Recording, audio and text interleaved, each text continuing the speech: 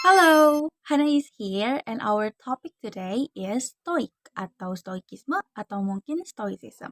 Nah, mungkin for some people kata Stoic dan Stoicism atau Stoikisme ini mungkin udah nggak asing ya, atau mungkin umum untuk dibaca ataupun didengar di berbagai macam platform social media kayak YouTube, TikTok, Instagram, Twitter, dan mungkin masih banyak lagi.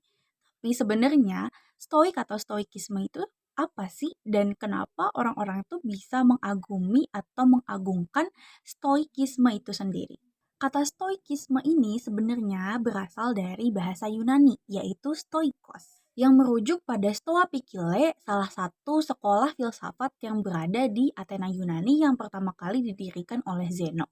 Zeno ini siapa? Zeno ini adalah salah satu filsuf yang berpengaruh pada pembuatan serta perkembangan praktik stoikisme.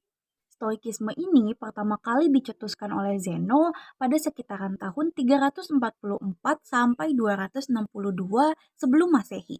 Selain Zeno, sebenarnya ada beberapa tokoh filsuf yang juga populer, yaitu pertama ada Seneca, yang kedua ada Marcus Aurelius, dan yang ketiga ada Epictetus. Ketiga orang ini mungkin kita kenal sebagai trio Stoicism.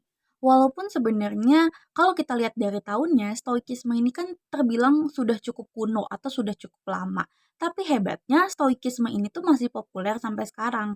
Mungkin ini menandakan bahwa Stoikisme itu masih relevan jika diaplikasikan pada kehidupan modern zaman sekarang. Stoikisme ini sebenarnya itu berfokus pada beberapa hal yang udah aku rangkum menjadi 4 poin. Yang pertama adalah fokus pada apa yang bisa kita kendalikan. Nah, stoikisme itu mendorong individu untuk bisa menerima hal-hal yang tidak dapat dikendalikan seperti bencana alam kayak banjir, tsunami, dan masih banyak lagi ataupun kenaikan harga pangan, BBM, dan juga masih banyak lagi. Nah, hal-hal tadi itu kan hal-hal yang terjadi di luar kendali kita atau hal-hal yang bersifat eksternal. Tapi sebenarnya kita juga masih bisa loh untuk mengendalikan bagaimana kita menyikapi sebuah kejadian atau peristiwa.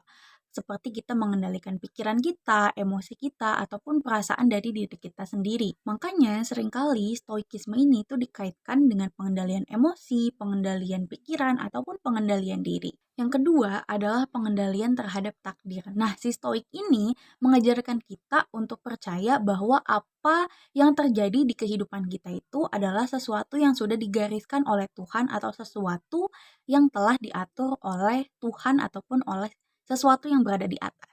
Jadi kayak apapun yang terjadi di kehidupan kita, ya udah mungkin memang itu sudah takdirnya, itu mungkin sudah jalannya. Nah, jeleknya adalah banyak dari orang-orang yang mempraktikkan filosofi ini itu menelan mentah-mentah apa yang ingin disampaikan oleh poin kedua ini. Alhasil banyak orang awam yang menganggap praktik stoikisme ini itu berarti kita itu harus pasrah dengan situasi ataupun kondisi yang ada. Lanjut ke poin yang ketiga, yaitu adalah berbuat baik. Walaupun mungkin stoikisme ini terkesan seperti bodoh amat ataupun pasrah kayak yang tadi sudah dijelaskan, tapi sebenarnya stoikisme ini juga mengajarkan kita untuk selalu berbuat baik karena stoikisme percaya bahwa setiap manusia itu punya role-nya sendiri atau punya peranannya sendiri di alam ataupun dunia yang mereka miliki. Yang keempat dan mungkin yang terakhir itu adalah memento mori. Nah, memento mori ini dapat diartikan sebagai mengingat kematian. Walaupun mungkin terkesan spooky ataupun terkesan horor, tapi sebenarnya memento mori ini baik karena membuat kita sebagai manusia itu akan selalu ingat tentang kematian dan juga mengingat bahwa semua hal yang terjadi di dunia ini itu semuanya hanya bersifat sementara dan tidak ada yang abadi atau mungkin nothing lasts forever.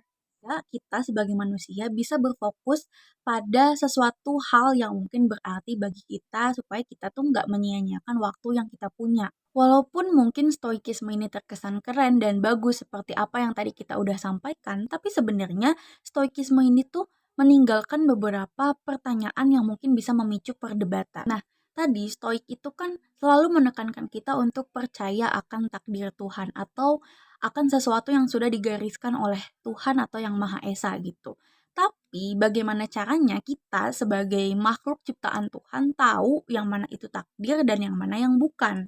Selain itu, ketika seseorang melakukan tindak kejahatan atau mungkin tindak kriminal, apakah perilaku dari si pelaku itu bisa dikatakan sebagai takdir atau sesuatu yang diterima atau sesuatu hal yang terjadi, tragedi yang terjadi pada korban itu juga bisa dikatakan sebagai takdir. Dan mungkin yang terakhir, ketika semua berkaitan dengan takdir pada Tuhan, apakah itu berarti manusia tidak memiliki kebebasan akan kehidupannya?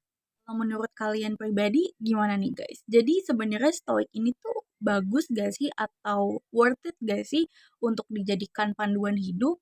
Oke, mungkin cukup sekian apa yang bisa aku sampaikan terkait topik kita hari ini yaitu stoikisme. Kalau misalkan mungkin ada pertanyaan dan juga ada bahan diskusi yang bisa dijadikan suatu perbincangan, bisa banget tulis di komen di bawah. I guess I will see you in the next video. Bye-bye. Anton lari maraton.